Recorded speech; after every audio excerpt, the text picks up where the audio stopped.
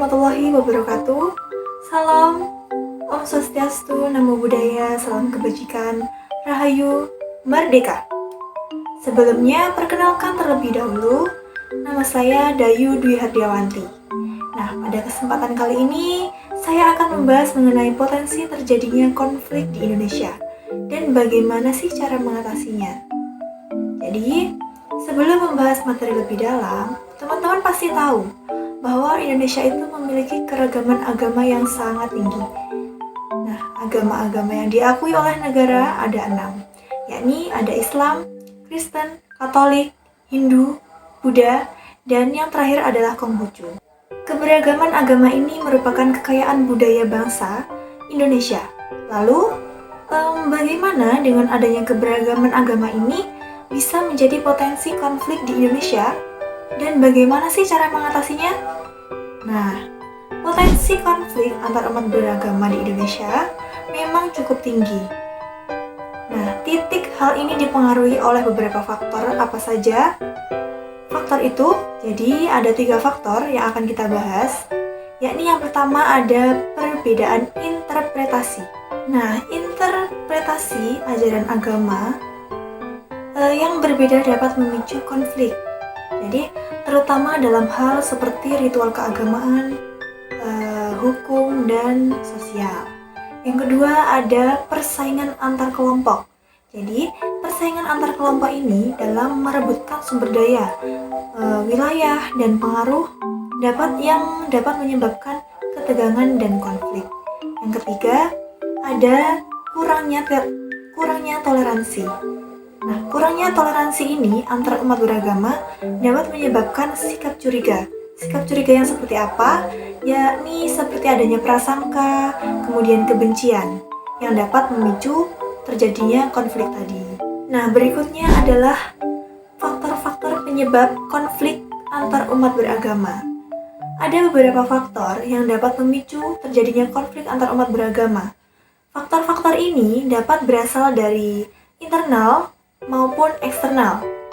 Dari internal sendiri, yang pertama ada perbedaan interpretasi ajaran agama, kemudian persaingan antar kelompok, kurangnya toleransi, dan yang terakhir adalah ketidakpahaman dan prasangka.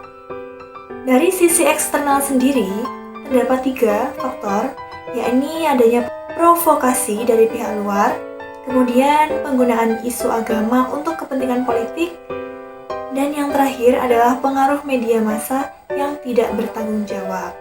Nah, berikutnya adanya konflik antar umat beragama itu dapat menimbulkan yang pastinya dampak negatif yang luas. Nah, dampak negatif ini dapat dirasakan oleh semua pihak, baik pihak sosial, ekonomi maupun politik. Nah, dampak negatif itu apa saja? Jadi yang pertama ada kerugian materi. Kerugian materi atau berupa kerugian harta benda, kemudian tempat ibadah, dan infrastruktur. Kemudian dampak negatif yang kedua adanya korban jiwa. Seperti apa korban jiwa itu? Adanya kematian, luka-luka, dan trauma psikologi. Berikutnya ada ketegangan sosial.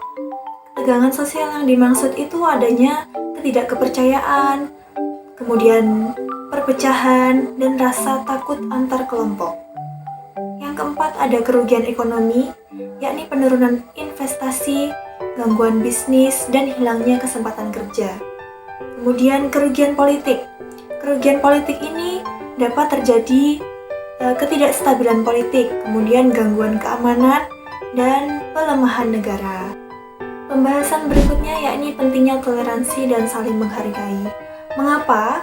Karena toleransi dan saling menghargai antar umat beragama itu sangat penting untuk menjaga kerukunan dan mencegah konflik.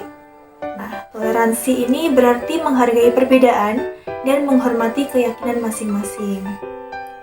Seperti menerima perbedaan, artinya menerima perbedaan seperti agama, keyakinan, dan budaya itu merupakan fondasi yang sangat penting untuk membangun kerukunan.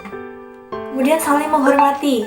Saling menghormati yakni menghormati keyakinan dan praktik keagamaan orang lain merupakan bentuk penghargaan yang terhadap perbedaan, seperti itu. Kemudian dialog dan komunikasi. Nah, dialog dan komunikasi antar umat beragama dapat mempererat tali silaturahmi dan membangun pemahaman. Berikutnya adalah peran pemerintah dalam mencegah konflik. Jadi, pemerintah memiliki peran penting dalam mencegah konflik antar umat beragama. Pemerintah harus menciptakan kebijakan yang adil dan melindungi hak-hak semua warga negaranya. Yang pertama, perannya seperti apa? Yakni mempromosikan toleransi. Artinya, pemerintah itu dapat mempromosikan toleransi dan saling menghargai antar umat beragama melalui pendidikan, media sosial, dan program-program keagamaan. Yang kedua, menegakkan hukum. Menegakkan hukum sendiri, jadi pemerintah harus menindak tegas segala bentuk tindakan kekerasan seperti diskriminasi, ujaran kebencian yang berbau sara seperti itu. Kemudian yang terakhir adalah memfasilitasi dialog. Pemerintah itu dapat memfasilitasi dialog dan komunikasi antar umat beragama untuk membangun pemahaman dan kepercayaan. Berikutnya adalah mengenai masyarakat memiliki peran penting dalam memelihara kerukunan antar umat beragama. Jadi masyarakat dapat berkontribusi melalui sikap dan tindakan sehari-hari. Nah, tindakan atau sikap itu berupa apa? Yang pertama, saling menghormati. Menghormati keyakinan dan praktik keagamaan orang lain merupakan bentuk penghargaan terhadap perbedaan. Kemudian dialog dan komunikasi. Nah, berkomunikasi dengan baik dan terbuka dengan orang lain itu dapat membangun pemahaman dan juga mengurangi prasangka. Dan yang terakhir itu dapat kerjasama dan gotong royong. Sangat penting itu karena kerjasama dan gotong royong antar umat beragama dapat memperkuat persatuan dan kesatuan. So, teman-teman, kesimpulannya dari materi yang kita bahas tadi adalah keragaman agama di Indonesia itu merupakan kekayaan budaya yang harus dijaga dan dilestarikan. Untuk mencegah konflik diperlukan toleransi, saling menghargai, dan kerjasama antar umat beragama. Nah, sekian dari saya. Terima kasih dan mohon maaf apabila ada salah kata maupun yang disengaja ataupun tidak disengaja. Terima kasih. Wassalamualaikum warahmatullahi wabarakatuh.